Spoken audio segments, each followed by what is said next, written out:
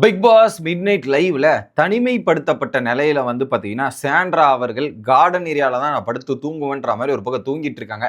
என்னையா நடக்குது இங்க அப்படின்ற மாதிரி இவங்க ஏதோ ஒரு ஸ்ட்ராட்டஜியை ட்ரை பண்ற மாதிரி முயற்சி பண்றாங்க.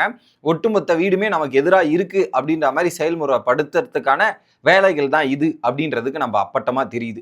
இன்னொரு பக்கம் கனி கதறி கதறி அழுத தருணம் பார்க்க முடிஞ்சு. ரொம்ப எமோஷனலா பிரேக் டவுன் ஆன மொமெண்ட்டும் இருந்தது. அது எல்லாத்தையும் கொஞ்சம் டீட்டெயிலா பார்த்துருவோம். சேனலுக்கு புதுசா இருந்தீங்கன்னா மறக்காம சப்ஸ்கிரைப் பண்ணிருங்க. வீடியோ பார்க்குற அனைவருமே மறக்காம லைக்கும் ஐப்பும் பண்ணீங்கன்னா இந்த வீடியோ பல பேருக்கு போய் சேர்ந்துரும். இப்போ கண்டென்ட்டுக்குள்ள போயிடலாம் மக்களே. ஸோ ஃபர்ஸ்ட் என்னன்னா, அந்த பவுல் கனி ஒரு ரூலை போட்டிருந்தாங்க. காலையே அந்த வெசல் வாஷ் பண்ணும்போது அந்த பவுல் மேட்டரை என்ன சொல்லிட்டாங்கன்னா, அவங்கவுங்க பவுல் அவங்கவுங்க கழுவி வச்சிருங்க. ஸோ நாங்கள் கிச்சனில் மட்டும் நாங்கள் இது பண்ணிக்கிறோம், சொந்தமாக யூஸ் பண்ணுறது நீங்கள் கழுவி வச்சிருங்கன்றது கனி காலையே ரூலாக போட்டாங்க. அதைத்தான் சாண்ட்ரா கழுவாமல் வச்சிருந்து அது ஒரு 1 hour எபிசோடில் காமிச்சிருப்பாங்க. ஸோ அதை கழுவாமல் வச்சு அதை கேட்கும்போது இங்கே பிஸியாக இருந்தீங்க, இதெல்லாம் இருந்தீங்க, அதனால தான் போயிட்டேன்ற மாதிரி சொல்லுவேன். நீங்கள் கழுவிட்டு போகிறதுக்கு எவ்வளோ நேரம் பிடிக்கும், அதை கழுவிட்டு போகலாம்ன்ற மாதிரி சொல்லிட்டு கனி பேசும்போது மூஞ்ச பார்த்தே பேச மாட்டாங்க. எப்படி கனி பேசும்போது மூஞ்ச பார்த்தே பேச மாட்டாங்க சாண்ட்ரா. அப்புறம் என்ன பண்ணுறாங்க, அவங்க கழுவிட்டு போனப்ப என்னது இது சே அப்படின்ற மாதிரி ஒரு வார்த்தையை கனி விட்டுறாங்க. இது ஒரு பாயிண்ட்ல சாண்ட்ராக்கு ஹர்ட் ஆகிட்டு வெளியே போயிட்டு எமோஷனலாக உட்காந்து கதறி கதறி கதறி அழுதுட்டு இருக்காங்க.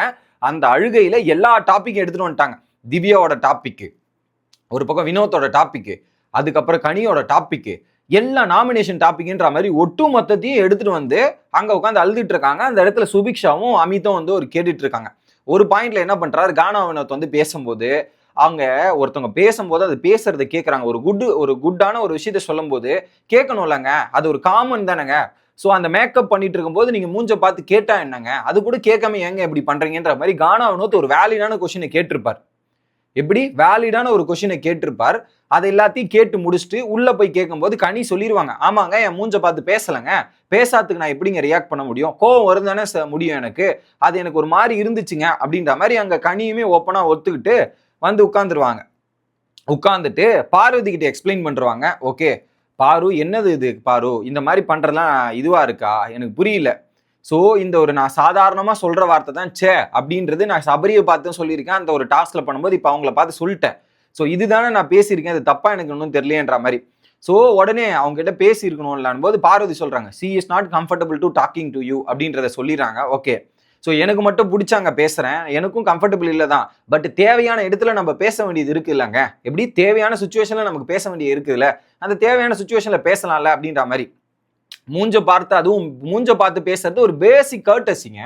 அது நம்ம ஒரு விஷயத்த பேசுறதுனா அது ரொம்ப முக்கியம் இல்லை அப்படின்னும் போது, இல்லை அவங்களுக்கு வேறு சில காரணங்கள் இருக்கலாம்ல, நான் பர்சனலா பேச சொல்லலைங்க, பர்சனலா பேச சொல்ல, வெசல் டிபார்ட்மெண்ட்டு நான் அந்த வெசலை பத்தி தானே பேச சொல்றேன், வேற ஏதாவது பத்தி நான் பேச சொல்றேனா அப்படின்ற மாதிரி சொன்ன உடனே பார்வதி கேட்குறாங்க, நீங்க பேச ட்ரை பண்ணீங்களான்ட்டு. நான் மூஞ்சு பார்த்து பேசாத ஆளுகிட்ட நான் எங்க பண்ணணும், நான் ஏன் ட்ரை பண்ணும், கேவலமான இது அவமதிக்கிறது, கேவலமான பழக்கம், இது பெரிய தப்புங்க, நான் என்னங்க பண்றதுன்ற மாதிரி இவங்க சொல்றாங்க. உடனே பாரு 1 vs 1 போய் பேசி பாருங்க, அப்போ ஒரு கிளாரிட்டி கிடைக்கும், பேச்சு கிடைக்கும் அப்படின்றத சொல்றாங்க. அதுக்கு அவங்களும் கோஆபரேட் பண்ண மாட்டாங்க. எனக்கும் வேண்டாம், நான் என்ன சொல்றேன்னா நானும் போய் பேச விரும்பல. ஒரு டாஸ்க்லயோ எங்கேயோ மீட்டிங் பாயிண்ட் வரும்போது அந்த சாய்ஸ், இப்போ நான் இங்க இருக்கேன்னு அந்த சாய்ஸ் அவங்க எப்ப பேசணும்ன்ற சாய்ஸ் அவங்க எடுக்கிறாங்கல்ல, அதே மாதிரி எனக்கும் சாய்ஸ் இருக்குல்ல, எனக்கும் ஒரு மரியாதை இருக்குல்ல, என்னுடைய சுயமரியாதை முக்கியங்க, என் சுயமரியாதையை விட்டுட்டு நான் என்னங்க பண்ணணும், எனக்கு அது ரொம்ப ரொம்ப முக்கியங்க அப்படின்ற மாதிரி உட்காந்துட்டு கனி பேசுறாங்க. பார்வதியும் அவங்க உட்காந்து தலையாட்டுறாங்க. விக்ரம் இதை நாளைக்கு அட்ரஸ் பண்ணலாம் லிவிங் ஏரியாலன்ற மாதிரி ஒரு விஷயத்த சொல்லும்போது அட்ரஸ் பண்ணலான்ற மாதிரி விக்ரம் சொல்றாரு. கேப்டனுமே இன்னைக்கு அந்த பாட்டுலாம் இருக்கு, இதெல்லாம் முடிச்சுட்டு நாளைக்கு காலைல ஃப்ரெஷ்ஷா அட்ரஸ் பண்ணலாம், இப்போ அட்ரஸ் பண்ண வேணான்ற மாதிரி வினோத்துமே அந்த முடிவு எடுத்துறாரு.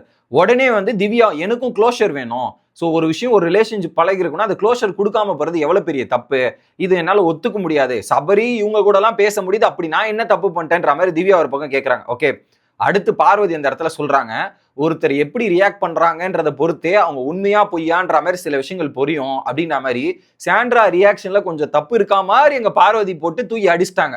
இன்னுமா சாண்ட்ரா உன் ஃப்ரெண்டு தானமா இப்படி பண்ணிட்டியமான்ற மாதிரி தான் இருந்தது. அதை தாண்டி சாண்ட்ரா நிறைய மாத்தி பேசியிருக்காங்கன்றதை வினோத்துமே கணிக்கிறார். நேற்று நடந்த சண்டையில அவங்க ரெஸ்ட் ரூமும் உள்ள வெளியேன்ற மாதிரி மாத்தி மாத்தி கான்ட்ராடிக்ட் ஆகுதுல, அது எல்லாமே அங்க ஒரு விஷயத்துக்கு வருது. இதெல்லாம் முடிஞ்ச உடனே லைட் ஆஃப் ஆகுது. ஸோ கனி போயிட்டு உள்ள பிரேக் டவுன் ஆகி எமோஷனலா பிரேக் டவுன் ஆகிட்டு அழுகுறாங்க பெட்ரூம்ல. அப்போ எல்லாரும் கூட்டமா சேர்ந்துட்டாங்க அங்க. சபரி எல்லாருமே ஆல்மோஸ்ட் வீட்டில் இருக்கவங்க முக்காசி பேச அங்க இருக்காங்க. ஸோ எனக்கு மூஞ்ச பார்த்து பேசாம இதெல்லாம் எப்படிங்க இது, ஸோ எனக்கும் ரொம்ப கோவம் இருக்குங்க. ஆனா எல்லாம் பண்ணிட்டு அவங்க வெளியே போயிட்டு இப்படி அழுது என்னங்க ட்ரை பண்றாங்க, என்ன ட்ரை பண்றாங்க எனக்கு புரியல. ஸோ ஒரு மூஞ்ச பாசு பேசுறது ஒரு பேசிக்கான விஷயம் தானே. அதை வச்சு இப்படிலாம் பண்ணிட்டு அப்படிலாம் பண்ணிட்டு வெளியே போயிட்டு இவ்வளவு சீன் கிரியேட் பண்றாங்களே, என்ன மாதிரி கேரக்டர் அவங்க? வெளியே போயிட்டு இவ்வளவு சீன் கிரியேட் பண்றாங்களே, என்ன மாதிரி கேரக்டர் இது? புரியல எனக்கு. பனிஷ்மெண்டா இதெல்லாம்? என்ன ட்ரை பண்றாங்க இது? ஸோ ஒரு வேலை ஒரு விஷயம் சொல்லியிருக்காங்க, அந்த வேலையை நான் அட்ரஸ் பண்றேன். அதுக்கு வந்து இப்படி மூஞ்ச பார்க்காம எனக்கு ரொம்ப அவமரியாதையா இருக்குங்க, எனக்கு அசிங்கமா இருக்குங்க, என்னால இது எப்படிங்க இது ஏத்துக்க முடியும், எனக்கு ரொம்ப கஷ்டமா இருக்கு, எல்லா வாட்டியும் இவங்க இப்படியே பண்ணிருப்பாங்கன்ற மாதிரி அவங்க பிரேக் டவுன் ஆகி உடைக்கிறாங்க. கூட இருந்துகிட்டு எல்லாருமே சப்போர்ட் பண்ணி ஃபீல் பண்ணாதீங்க, நீ பார்த்துக்கலாம் இது பண்ணிக்கலான்ட்டு. ஸோ ஒருத்தர் போயிட்டு ஒரு நல்ல விஷயம் சொல்லும்போது அந்த ரூல் அந்த டாஸ்க்குங்க அந்த மைக்கு போடாம டாஸ்க்ல கூட கனி போயிட்டு ஒரு நல்ல விஷயம் தான் சொல்றாங்க சாண்ட்ரா பத்தி. அந்த நல்ல விஷயத்தை சொல்லும் போது கூட அவங்க மூஞ்ச பார்த்து பேசலன்னா என்னது இது அப்படின்ற மாதிரி தான் நமக்கும் இருந்துச்சு.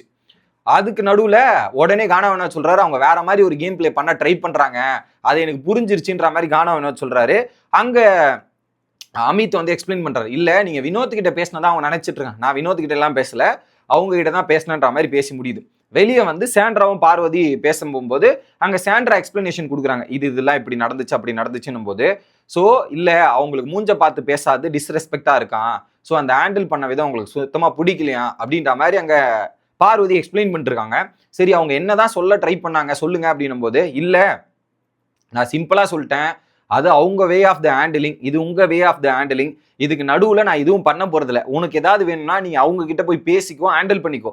ஸோ நான் நடுவுல இன்டர்மீடியேட் வேலை நான் பார்க்க விரும்பல சாண்ட்ரா, உன் மேல எனக்கு ஒரு கேர் இருக்கு, உன் மேல ஒரு கன்சர்ன் இருக்கு, அதை நான் சொல்றேன், எனக்கு என்ன தோணுச்சோ அதை நான் சொல்றேனே தாண்டி அவங்க கிட்ட பேசுறது நீ போய் பேசிக்கோ, இதுல நான் நடுவுல இன்டர்மீடியேட் ஆள நான் பார்க்க விரும்பல, அது தப்பா போகும், இது எனக்கு வேண்டாம் அப்படின்றதையும் நான் சொல்லிடுறேன் அப்படின்றத ஓப்பனா அந்த இடத்துல சொல்லிடுறாங்க. ஓகே அப்படின்ற மாதிரி அங்க பார்வதி கிளாரிட்டி கொடுத்துட்றாங்க. அதுக்கப்புறம் வீட்டுக்குள்ள என்ன பண்றாங்க, அந்த கானா பாக்ஸ்க்கான கூட்டங்கள்லாம் சேர்ந்து கானா பாக்ஸ் பண்ண ஆரம்பிக்கிறாங்க. இந்த படத்துல சாண்ட்ரா வெளியே வந்து படுத்துக்கிட்டு அந்த லிவிங் ஏரியால கார்டன் ஏரியால வந்து படுத்துட்டு இருக்காங்க. வந்து சுபிக்ஷா வந்து கேட்கறாங்க, உள்ள போய் படுங்க அப்படின்னும் போது, இல்ல இல்ல என்னால உள்ள போய் படுக்க முடியாது, நீங்க எல்லாம் பாட்டு பாடிட்டு இருக்கீங்க, அது ஒரு பக்கம் சத்தமா இருக்கும், நான் வேண்டாங்கன்ற. உடனே சுபிக்ஷா என்ன சொல்றாங்க, இல்ல நாங்க வெளியே வந்துடுறோம், நீங்க உள்ள போய் நிம்மதியா படுத்து தூங்குங்க, எங்களுக்கு பிரச்சனை இல்லை, நாங்க வெளியே வந்து பாட்டு பாடிக்கிறோம் இதெல்லாம் பண்ணி.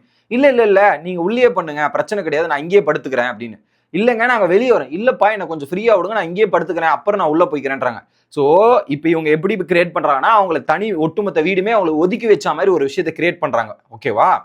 அந்த பொண்ணு போய் கேட்குது, நாங்க வெளியே வந்துடும், நீங்க உள்ள போய் நிம்மதியா தூங்க, எங்களுக்கு பிரச்சனை இல்லைங்க, எங்களால டிஸ்டர்பன்ஸ் பண்ண வேண்டாம்ன்ற மாதிரி. கேட்கல. அதை வந்து சுபிக்ஷா வந்து இந்த கானா பாக்ஸ் ஏரியால கன்வே பண்ணுது, இதெல்லாம் பண்ணுது. அதெல்லாம் பண்ணதுக்கு அப்புறம் வந்து பாத்தீங்கன்னா கானா வினோத் போய் கேட்கிறார். கானா வினோத் போய் கேட்கும் போதும் அவங்க இல்ல இல்ல நான் இங்க படுத்துட்டு கொஞ்ச நேரம் பொறுத்து உள்ள போயிடுறேன், அப்புறமா பண்றேன் அப்படின்ற மாதிரி கானா வினோத் கிட்டே அதை தான் சொல்றாங்க. கானா வினோத் ரெக்வஸ்ட் பண்ணியுமே உள்ள போல. அடுத்து அந்த பாட்டு ஆரம்பிக்கும் போது சுபிக்ஷா சொல்றாங்க, இப்படி பண்ணும்போது நம்ம அவங்கள ஒதுக்கி வச்ச மாதிரி தனிமைப்படுத்தின மாதிரி தெரியும், அப்படி ஒரு ப்ரொஜெக்ஷன் ஆகும் அப்படின்ற மாதிரி சொல்லும் போது உடனே அரோரா சொல்றாங்க, அப்படிலாம் நடக்காது, யார் என்ன பண்ணாங்கன்றது மக்கள் பார்த்துட்டு இருக்காங்க. ஸோ நம்ம போயிட்டு நீங்க போய் கூப்பிட்டீங்க கேப்டன், நம்ம எல்லாரோட ரெஸ்பான்சிபிலிட்டியா கேப்டனும் போய் கேட்டாரு.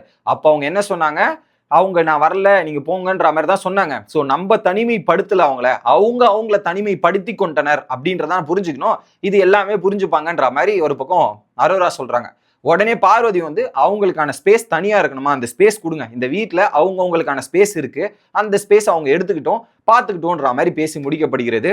ஸோ இதுல சாண்ட்ரா வந்து ஒட்டுமொத்த வீடுமே நமக்கு எதிராக திரும்பணுன்ற மாதிரி ஒரு சீசன்ல ஒரு கண்டஸ்டன்ஸ் இருந்தாங்க, அந்த ஒரு ஸ்ட்ராட்டஜியை ஃபாலோ பண்ணிக்கிட்டு அழுதுட்டு இருக்காங்கன்றதான் நான் பார்க்குறேன். இதுல எனக்கு பெருசா வேற எதுவுமே தெரியல.